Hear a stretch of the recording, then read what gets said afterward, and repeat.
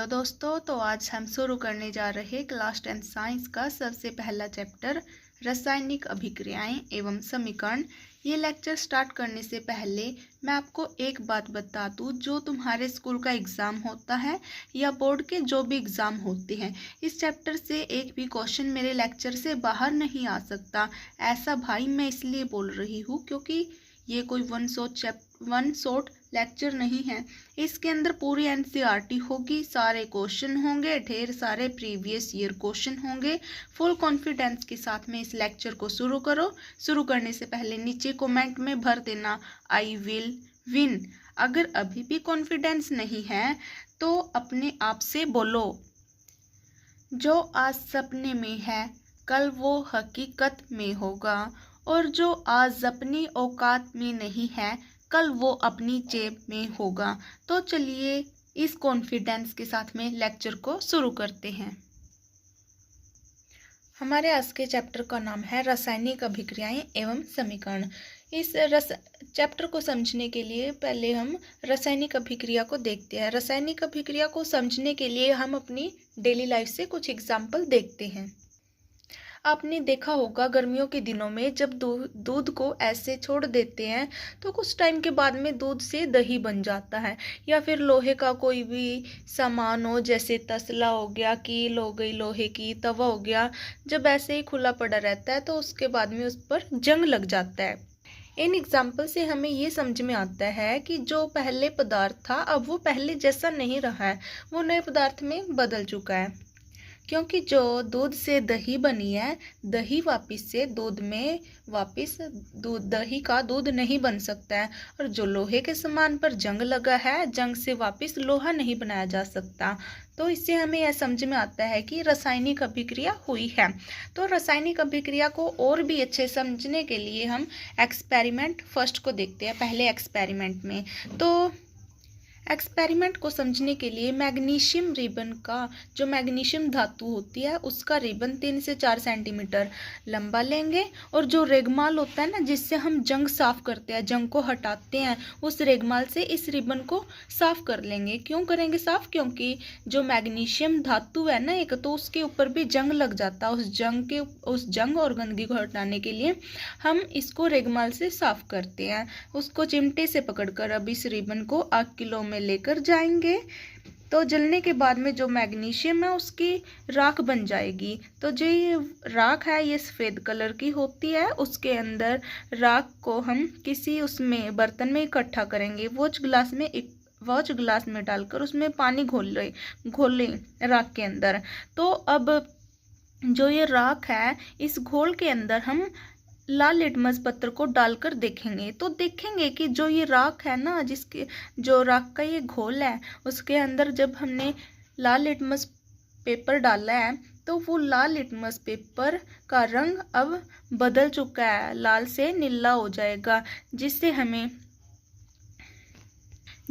ये चीज़ समझ में आती है कि जो मैग्नीशियम है या फिर कोई भी धातु हो, उसकी प्रकृति नेचर के अंदर क्षारीय होती है। कहने का मतलब टेस्ट में बिटर होते हैं, क्षारीय प्रकृति के होते हैं धातु। जब मैग्नीशियम जलता है तो बहुत तेज सफ़ेद रोशनी के साथ में आग पैदा होती है, और जलने के बाद में सफ़ेद रंग का पाउडर बनता है, जिसको हम राख बोल रहे हैं। तो जो ये सफ़ेद कलर का पाउडर है उसको हम मैग्नीशियम ऑक्साइड बोलते हैं।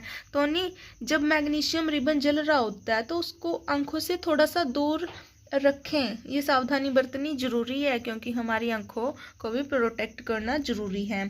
तो इसकी केमिकल रिएक्शन देखते हैं। इसमें हुआ क्या है, मैग्नीशियम है, हवा के अंदर मौजूद ऑक्सीजन भी है, ऑक्सीजन के कांटेक्ट में आकर मैग्नीशियम ऑक्साइड बनाता है। मैग्नीशियम Mg, ऑक्सीजन O2, और कांटेक्ट में आकर बन गया मैग्नीशियम ऑक्साइड। जो मैग्नीशियम और ऑक्सीजन है ये शुरुआती प्रोडक्ट हैं। जब ये प्रोडक्ट आपस में कांटेक्ट में आते हैं तो कांटेक्ट में आने के बाद मैग्नीशियम ऑक्साइड कोई नया तीसरा ही नया प्रोडक्ट बन जाता है। तो जो ये मैग्नीशियम ऑक्साइड है, ना तो ये मैग्नीशियम है ना ये ऑक्सीजन है, ये नया प्रोडक्ट बन चुका है। हम इसको वापस से मैग्नीशियम और ऑक्सीजन में वापस दोबारा कन्वर्ट नहीं कर सकते।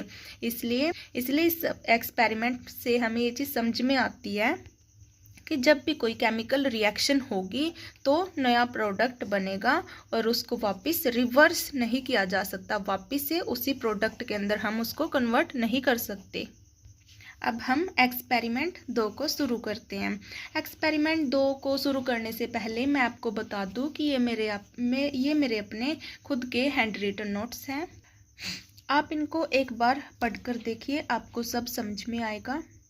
आपको पूरे साल भर बुक भी उठाने की ज़रूरत नहीं पड़ेगी, ना बीच में पढ़ना पड़ेगा। एग्ज़ाम के दिन भी पढ़ोगे तो आपको सब कुछ याद रहेगा। चलिए अब शुरू करते हैं एक्सपेरिमेंट 2 को। एक प्रणाली के अंदर हम लेड नाइट्रेट को डालेंगे, उसके बाद इसके अंदर पोटाशियम आयोडाइड मिला देंगे। जब दोनों आपस में मिल जाएंगे तो हम देखते हैं कि पीले रंग का नया प्रोडक्ट बनता है। तो जो पीले रंग का पदार्थ बना है तो इसको हम लेड आयोडाइड बोलते हैं। ध्यान देने वाली बात ये है इसमें कि जो हमने लेड नाइट्रेट और पोटाशियम आयोडाइड डाला था, दोनों पारदर्शी थे। पारदर्शी कहने का मतलब इन दोनों के आर पार देखा जा सकता था। तो अब जो नया पदार्थ बना है वो पीले रंग का बना है, उसके आर पार नहीं देखा जा सकता।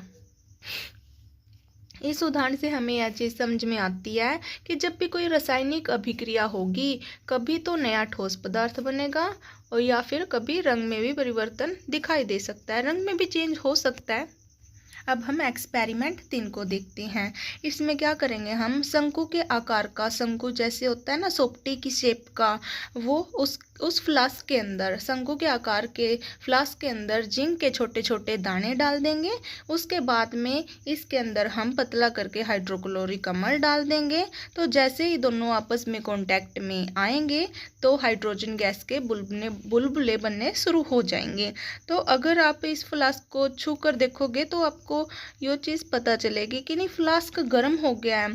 तो इसका मतलब ये है कि कोई भी जब भी केमिकल रिएक्शन होती है तो वहाँ पर गर्मी भी पैदा हो रही होती है, गर्मी भी पैदा हो सकती है। इस एक्सपेरिमेंट में गर्मी हो रही है पैदा। तो आज के हमने जितने भी एक्सपेरिमेंट करे तो उससे हमें क्या बातें समझ में आती है, क्या ऑब्जर्व किया हमने ये चीज़ देखा कि जब भी कोई अभिक्रिया होगी तो केमिकल रिएक्शन के टाइम पर गैस भी निकल सकती है। अगर अभिक्रिया हो रही है तो टेम्परेचर में भी चेंज दिखाई देता है। कोई भी मटेरियल है उसका कलर भी चेंज हो सकता है, या फिर ठोस पदार्थ में मतलब सॉलिड मटेरियल के रूप में भी चेंज हो सकता है। तो इन सब अगर ये बदलाव दिखाई दे रहे हैं किसी भी केमिकल रिएक्शन के अंदर तो हमें पता चल सकता है कि यहाँ पर रासायनिक अभिक्रिया मीन्स केमिकल रिएक्शन हुई है।